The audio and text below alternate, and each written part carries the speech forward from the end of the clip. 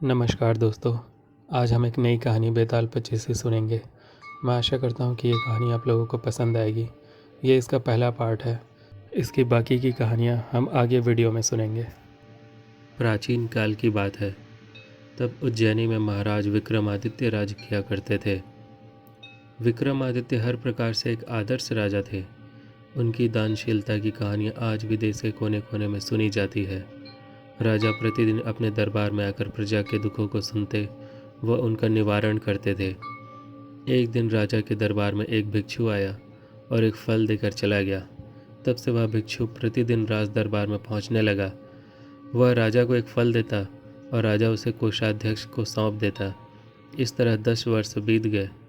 हमेशा की तरह एक दिन जब वह भिक्षु राजा को फल देकर चला गया तो राजा ने उस फल को कोषाध्यक्ष को ना देकर एक पालतू बंदर के बच्चे को दे दिया, जो महल के ही किसी सुरक्षा कर्मी का था, और उससे छूटकर राजा के पास चला गया था। उस फल को खाने के लिए जब बंदर के बच्चे ने उसे बीज से तोड़ा तो उसके अंदर से एक बहुत ही उत्तम कोटि का बहुमूल्य रत्न निकला। यह देखकर राजा वह रत्न लिया और कोषाध्यक्ष को बुलाकर उससे पूछा, मैं रोज रोज भिक्षु द्वारा लाया हुआ जो तुम्हें फल देता हूँ, वे फल कहाँ है? राजा ने आज्ञा दी तो कोषाध्यक्ष रत्न भंडार गया और कुछ ही देर बाद आकर राजा को बताया, प्रभु, वे फल तो सड़ गल गए हैं, वे मुझे वहाँ दिखाई नहीं दिए। हाँ, चमकती झिलमिलाती रत्नों की एक राशि वहाँ अवश्य मौजूद है।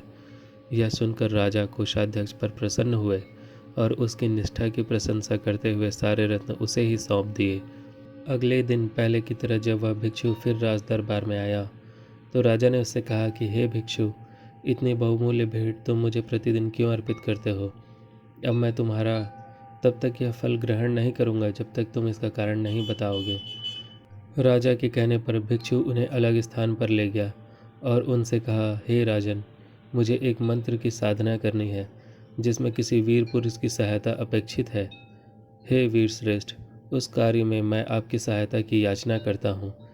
यह सुनकर राजा ने उसकी सहायता करने का वचन दे दिया।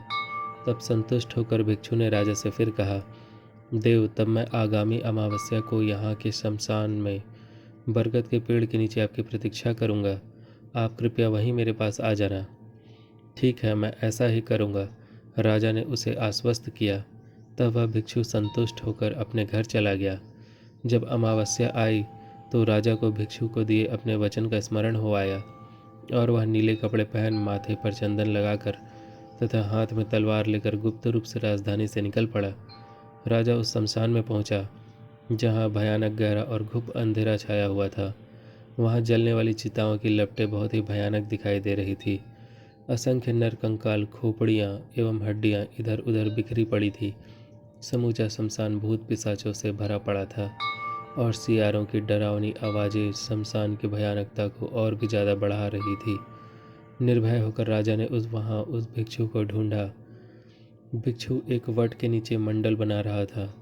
राजा ने उसके निकट जाकर कहा, भिक्षु, मैं आ गया हूँ, बताओ मुझे क्या करना होगा। राजा को उपस्थित देखकर भिक्षु बहुत प्रसन्न हुआ। उसने कहा, राजन, यदि आपने मुझ पर इतनी कृपा की है तो एक कृपा और कीजिए। आप यहाँ से दक्षिण की ओर जाइए। यहाँ से बहुत दूर शमशान के उस छोर पर आपको सिंशपा शीशम का एक विशाल वृक्ष मिलेगा। उस पर मरे हुए मनुष्य का शरीर लटक रहा है। आप उस शव को यहाँ ले आइए और मेरा कार्य पूर्ण कीजिए। राजा विक्रमादित्य भिक्षु की बात मानकर वहाँ से दक्षिण की ओर चल पड़े। जलती हुई चिताओं के प्रकाश के सहारे वे उस अंधकार में आगे बढ़ते गए और बड़ी कठिनाइयों से उस वृक्ष को खोज पाए। वह वृक्ष की चिताओं के धुएं के कारण काला पड़ गया था। उससे जलते हुए मांस की गंध आ रही थी।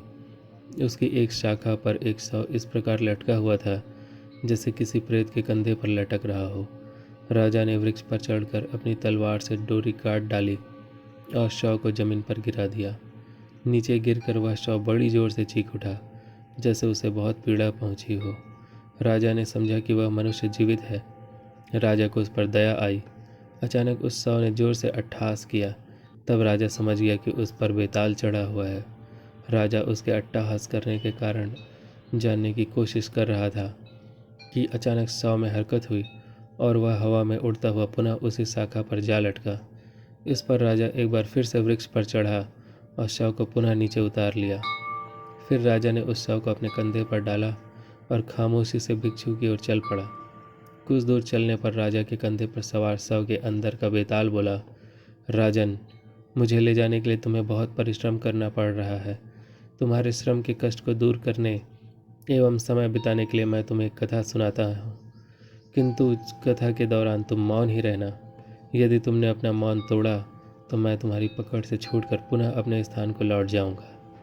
राजा द्वारा सहमति जताने पर बेताल ने उसे एक रोचक कथा सुनाई।